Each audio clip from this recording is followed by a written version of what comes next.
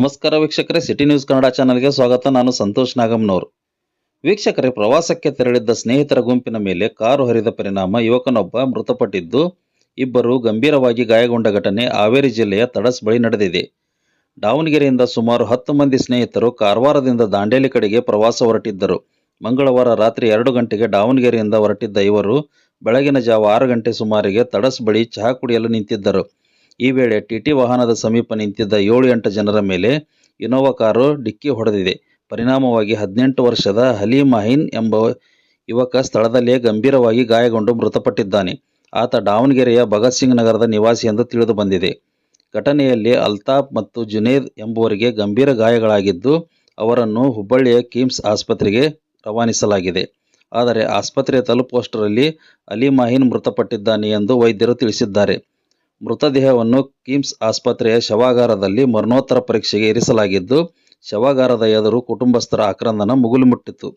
ಈ ಕುರಿತು ತಡಸ್ ಪೊಲೀಸ್ ಠಾಣೆಯಲ್ಲಿ ಪ್ರಕರಣ ದಾಖಲಾಗಿದ್ದು, ಪೊಲೀಸರು ತನಿಖೆ ಕೈಗೊಂಡಿದ್ದಾರೆ. ಏನಿಲ್ಲ ಸರ್, ದಾವಣಗೆರೆಯಿಂದ 2-2:30 ಹಂಗೆ ಬಂದ್ವಿ ನಾವು. ಆಮೇಲೆ ಅಲ್ಲಿ ಟೀ ಕುಡಿಯೋಕ್ಕಂತ ಇಲ್ಲಿ ಹುಬ್ಳಿ ಹತ್ರ ಒಂದು ತಡಸ ಅಂತ ಒಂದು ನಿಲ್ಸಿದ್ವಿ ಟೀ ಕುಡಿಯೋಕ್ಕೆ. ಜಸ್ಟ್ ನಿಲ್ಸಿದ್ವಿ, ಹತ್ತುತ್ತಿದ್ವಿ, ಹಿಂದಿಂದ ಬಂದು ಗುದ್ಬಿಟ್ಟು ಅವನು. ಯಾವ ಗಾಡಿ ಮೇ ಬಿ ಇರ್ಟಿಕಾ ಇರ್ಬೋದು. ಇರ್ಟಿಕಾನು ಗಾಡಿ ಅಷ್ಟು ಇದು ಗೊತ್ತಿಲ್ಲ. ವಿನೋವಾ ಕ್ರಿಸ್ಟಾಯಿಂದ ಗುದ್ದಿದ. ಫುಲ್ಲು ನಮ್ಮ ಹುಡುಗರೆಲ್ಲ ತಳಗೆ ಬಿದ್ದು ಇದು ಆಗಿದೆ ರಕ್ತದಲ್ಲಿ.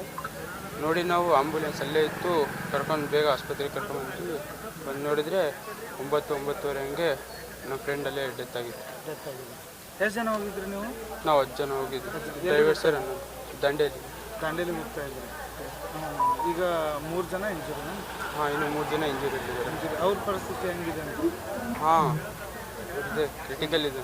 ಕ್ರಿಟಿಕಲ್ಲ ಇದು ಮಾಡ್ತಾರೆ, ರಿಕವರಿ ಆಗ್ತಾರೆ? ಹಾಂ, ರಿಕವರಿ ಆಗ್ತಾರೆ. ಡೆತ್ ಆದವ್ರ ಹೆಸರು ಅಲಿ ಅಂತ.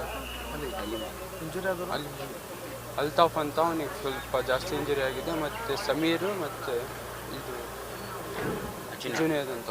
ಎಷ್ಟು ಗಂಟೆಗೆ ಬರ್ತಿದ್ದು? 6:30 ಎಕ್ಸಾಕ್ಟ್ 6:30 ಹಂಗೆ. ಹಾಂ, ಎಲ್ಲ ಫ್ರೆಂಡ್ಸಾ? ಹಾಂ. ನಿಮ್ಮ ಹೆಸರು? ರಿಯಾನ್.